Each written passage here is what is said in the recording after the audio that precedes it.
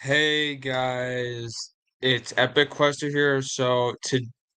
In this stream, we're going to be reacting to multiverses for noobs 1 and 2. Let's watch the first one. This video is sponsored by Warner Brothers Interactive. After you're done watching this video, you can click the link in my description to play Multiverses for free, with full cross-play and cross-progression across PlayStation, Xbox, and PC. But now, enjoy. Tuesday, July 26th. The city is excited because a new game is coming to town. One with everyone's favorite Warner Brothers characters, including me. This song's copyrighted.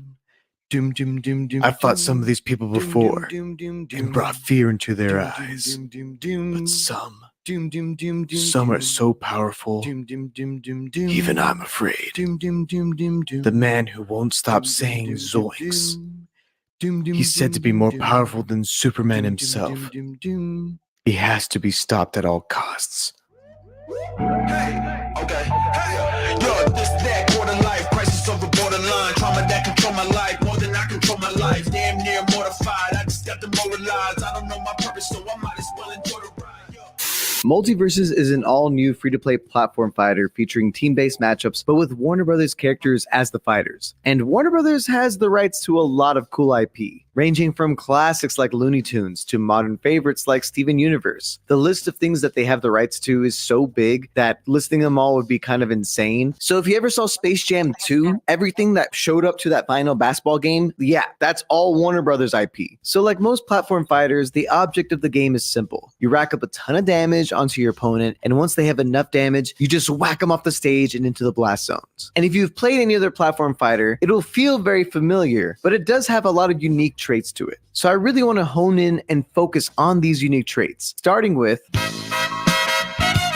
obviously, what sets this game apart is its unique cast. Warner Brothers did not pull any punches here. You have characters from kids' cartoons, or even the gruesome rated R shows like Game of Thrones. There's some deep cuts and even some original creations, but they all play quite differently and have their own unique flair and style to them. So I'm going to quickly go over each character and briefly explain how they play right now. Arya Stark. She is a close-range sword fighter with a lot of neat tricks up her sleeve. Tom and Jerry. They're stronger when they're together, and it's a tragedy when Jerry dies. Finn the Human. He plays more like a classic sword fighter with a really cool coin mechanic where you can buy things to become stronger. Like BMO. Garnet. She's like a heavy brawler type character. Batman. It's Batman. What do you expect? Harley Quinn. She has a lot of toys and traps that make her really annoying to approach. The Iron Giant. He is humongous. Jake the dog. He's got them Dalsim stretchy arms, you know? His whole thing is that he just transforms everywhere. Rain Dog. An original character. It's pretty damn cute. I feel like it would be a good plushie. I see what you're doing, Warner Brothers. Bugs Bunny. Similar to Tom and Jerry, has a bunch of traps and a lot of range in his arsenal. Steven Universe. A more defensive character that makes platforms in space. Superman. He's like Batman but flies around, and his punches hurt a little harder. Taz, the Tasmanian Devil. He plays super close range, and you do not want to be turned into a chicken. Velma. Kind of the weirdest character in this whole roster. None of her moves are like fighting moves. She attacks with science and words. I guess you could call them fighting words. Wonder Woman. Also a classic sword fighter, but plays a little more defensive. And last, but certainly not least, we have Shaggy. Shaggy just embraces the Ultra Instinct meme and goes full Super Saiyan. It's hilarious. And at the moment, he's my favorite character to play. So you'll notice that all these characters have different roles, whether it be tank or support or mage, and they're defined by their movement, whether it be horizontal, vertical, or a mixture of both. All of this is important in the 1v1 scenarios, but what sets Multiversus apart from other platform fighters is that it really focuses on the doubles mechanic. Multiversus really wants you to play 2v2. I mean, it says it's recommended, so it must be true. And a lot of these characters have team synergy. And some characters are just built for 2v2, which is why the roles matter. You want to make sure that you and your teammate are filling in each other's weaknesses. And one of the best ways that you can do that is with the perks mechanic. Before you begin a fight, you can select perks that can give you slight boosts or completely change the way your character plays. The higher you level up your character, the more perks you'll unlock for them. And as you climb higher and higher in these levels, you'll get a ton of perk options. The coolest part is that if you and your teammate have the same perk, they stack and become even stronger. So while the characters are built for 2v2s, 1v1s still feel pretty fresh and solid in this game as well. And there are maps for both game modes. The maps are designed after a couple characters, and they range in size. If you're playing 1v1s, you'll get smaller maps. If you're playing 2v2s, you'll get bigger maps. The way you fight in the game is very similar to platform fighters. You'll have your normal attacks that can all be charged up to become even stronger. You also have normal attacks in the air, and each character has a ton of special moves. Unlike other platform fighters though, you're allowed to use multiple special moves in the air and a few dodges as well, making movement in this game feel very fluid and fast-paced. There's also no ledge. However, every single character can kind of latch onto the wall and use that as a means to get back on the stage. In this game, walls are your best friend. So while recovering in this game does feel a lot easier than other games, it doesn't mean I'm not gonna spike you, you noob. There's also no shielding in this game. However, you can dodge in any direction, spot dodge, and air dodge. So it's not like you can't do anything if people are attacking you. But once you get the hang of the game, you can start comboing people with ease and landing some sweet knockouts. Most of the cast in this game has the ability to create a status condition onto an enemy, whether it be weakened or ignited or frozen or down or turned into a freaking chicken. I told you about this earlier. It's crazy. These extra statuses can help you win fights a lot easier. So knowing how to use them is key to your victory. So that's multiverses in a big nutshell. But just because Warner Brothers sponsored me on this video doesn't mean I'm not going to give my list of pros and cons. It's still my duty to inform you what is good and bad about every game. So let's start with the I absolutely love that all the original voice actors, with the exception of Vin Diesel, came back to reprise their roles in this game. You got Macy Williams as Arya Stark. Nothing isn't better or worse than anything. You got Estelle as Garnet. You got the boy Matthew Lillard as Shaggy. Come on. It's amazing. And the cool part is each of these characters have individual interactions with each other because it's a team-based game. So of course they would interact on the same team. And they also interact if they're against each other. So many extra voice lines. Aesthetically, I love the art style. I love that Batman, the Iron Giant, Shaggy, and Bugs Bunny are all in the same art style that just fits. Like they all could be in the same universe. It's pretty difficult to pull off, but they do it very well. Kudos to the artists. I mentioned it before, but the movement in this game does feel very fluid. I never feel like I can't get back on the stage, unless of course I get knocked out. And on top of that, the controls are pretty simple. The entire character roster to me is very cool. And it just gets me excited for the future of this game when it comes to the characters that they can add. You can get the Joker from DC. You can get more Game of Thrones characters like the Hound or Jon Snow. We could probably see Rick and Morty. And if they have rights to more Cartoon Network characters, we can get Samurai Jack, Ben 10. The list goes on and on and on. Already, I can see a bunch of fan speculation, and I can't wait to just watch trailers for new characters dropping. If I had one request, though, for me, it's got to be my boy LeBron James from Space Jam. Yeah, I'm you kidding. Time for the main event. Wait, he's in the game already? What? I'm also a big fan of this game being free to play. And on top of that, it's cross-platform. That's a huge bonus. So finding people to play with is going to be really easy in this game. And while the stage list is very small because, you know, they all feel very fun and unique while still being very good for competitive. And there will be a competitive scene in this game. And once ranked is finally here, you bet I'm going to try to get to the highest rank with my boy Shaggy. So while I do like that it's free to play, I do find it a little tedious with how long it takes to unlock individual characters. The only reason why I have all the characters is that I bought the deluxe version, which was $60, and you don't have to buy the deluxe version to get all the characters. But my point is, if you don't want to spend any money and still play out the characters, it's going to take a long time because gold takes forever to get. And what's a little bit frustrating is that some characters are worth more than others. The Iron Giant was 3,000 gold, while Garnet is 1,500, and Batman's 2,000. I don't like these arbitrary numbers. Just make them all the same. It feels like some characters are given more weight than others for kind of no reason. And on top of that, the paid currency in this game is Gleamium. And while it's not too expensive, some of the skins feel a little overpriced, like 1,600 Gleamium for just one skin for one character. But I understand most people end up one-tricking one character anyway, so just buying that one main cosmetic may still be worth it for you. But I'm more of a jack of all trades, and I like having cool cosmetics on most, if not want all of my characters. My last issue is that when you're fighting, sometimes some of the moves don't feel like they're as strong as they're supposed to be. Some are way weaker than they actually look. It's hard to explain, but sometimes you hit somebody and then out of nowhere they die and you're like, oh, that happened. And other times you hit somebody really hard and it barely moves them at all. That's more of like an animation issue, but it does make the game feel a little clunky at times when you're fighting. This is probably the one thing that they can't really fix because, like I said, it's a whole animation change they'd have to do. But in the future, when they make new characters, I hope they make sure that hitting somebody with them feels correct. If it's a weak hit, it's a weak hit, and if it's a strong hit, it's a strong hit, and it looks that way. My fighting game fans know what I'm talking about. Overall, Multiversus is a pretty fun platform fighter. There's a lot here to love with a ton of different characters. And if you're watching this video as it came out, that means Multiversus Open Beta is out right now. So give it a shot and let me know what you think about it in the comments down below. Once again, thank you so much to Multiversus for sponsoring this video. I genuinely enjoy this game, so getting sponsored by them is awesome. Okay, I see a bat signal in the sky, so I gotta get out of here. So, I'll catch you later. Ya noob. All right, now let's get the sequel.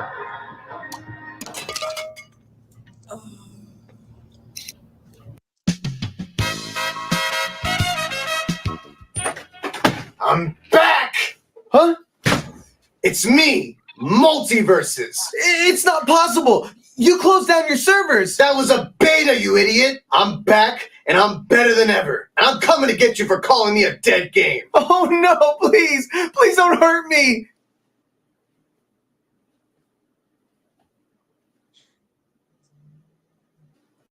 For some reason, I'm a lot slower now. I'm just gonna, like, get up and leave. No, I'm gonna get there. Almost there. Okay.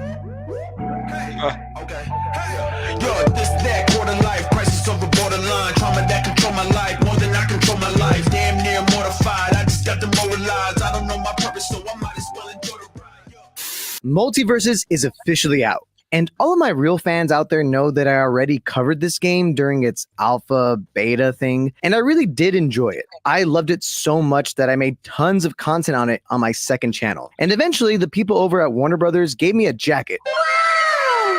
It was so sick. The point I'm trying to make is, I really liked this game when it came out and had high hopes for its return. So now, after a long hiatus, Multiversus is back. So how is it? And what's changed? But first, let me quickly explain what Multiversus is for all you noobs out there who have never played it ever. Multiversus is a platform fighting game, like Super Smash Bros. But instead of Nintendo characters, this game stars Warner Bros. Characters. From DC heroes to classic cartoons to LeBron James.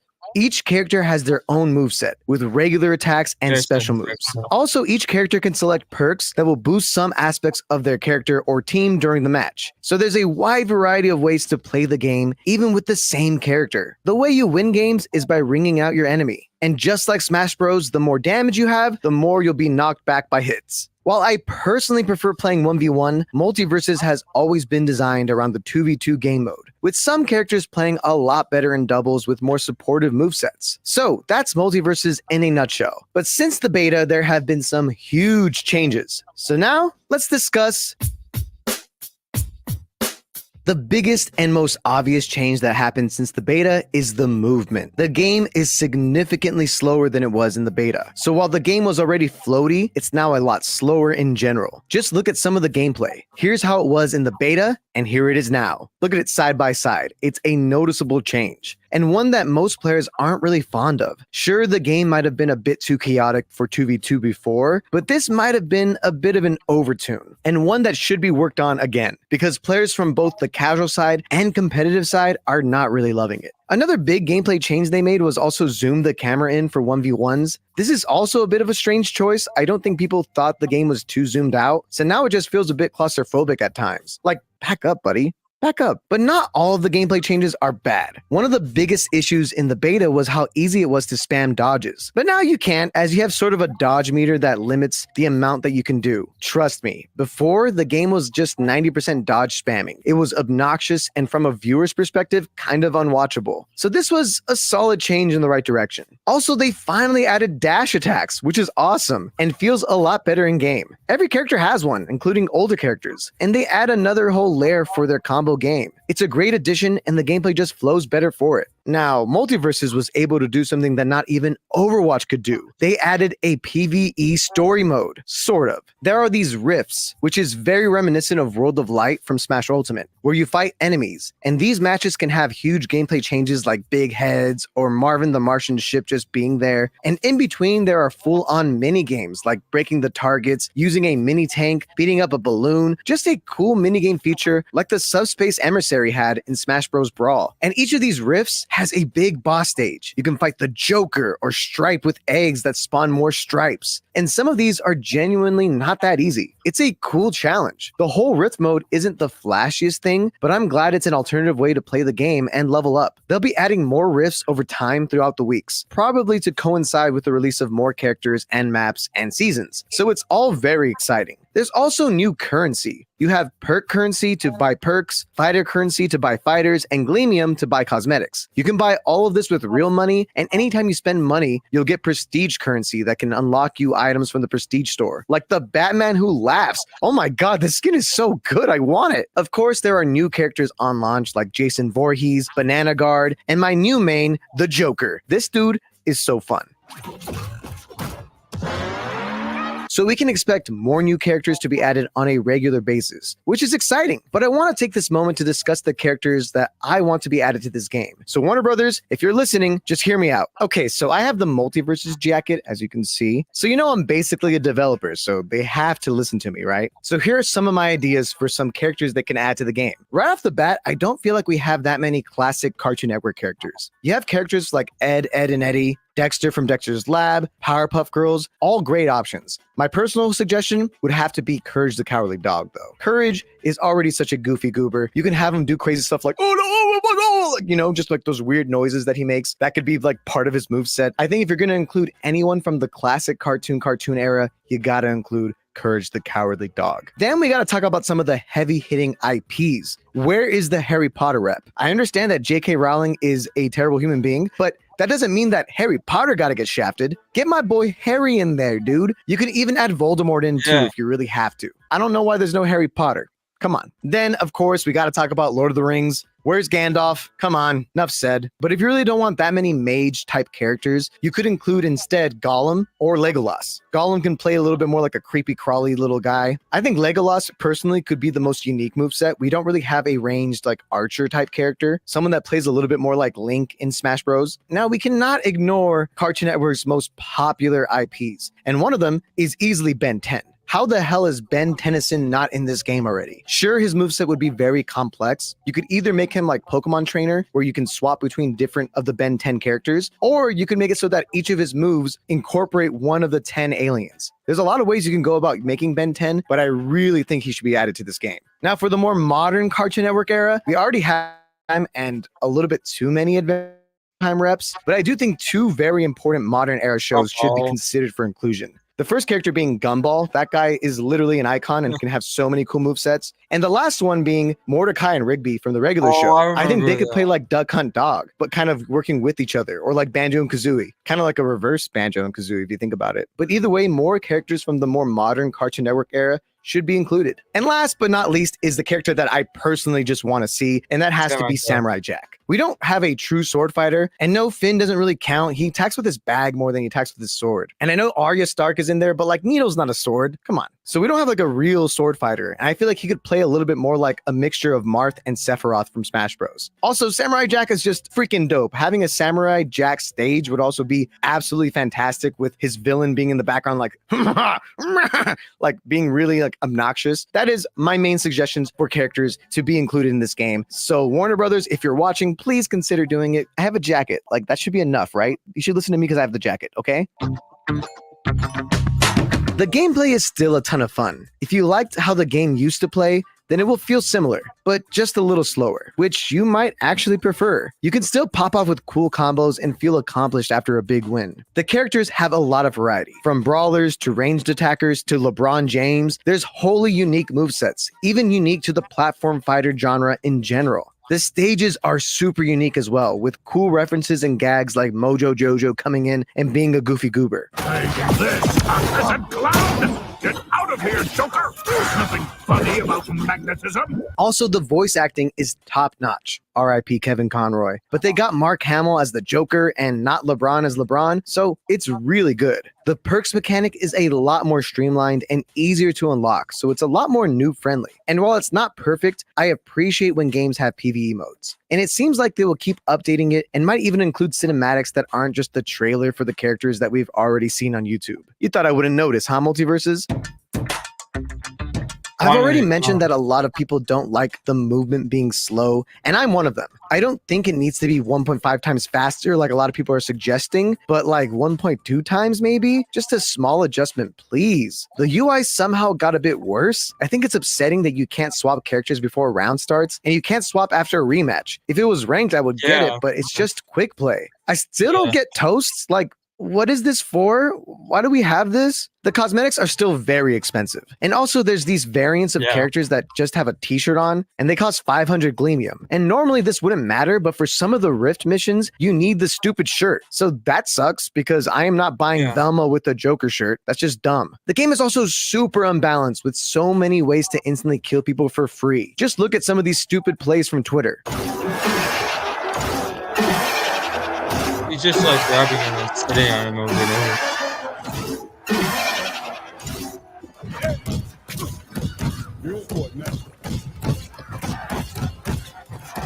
This needs to be addressed ASAP.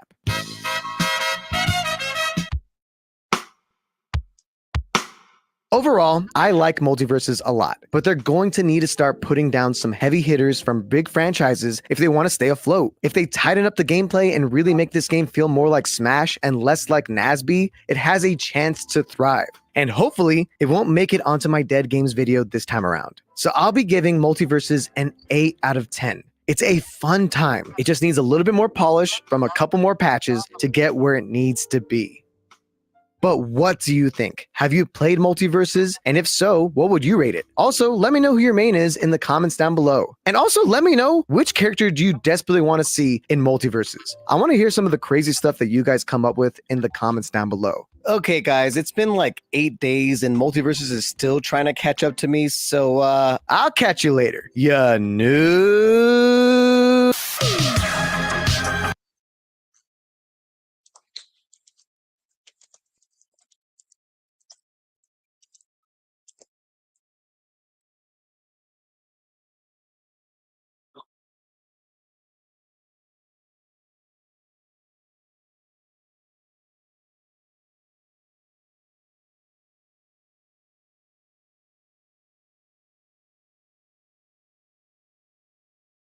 Alright, that's it everybody. So yeah.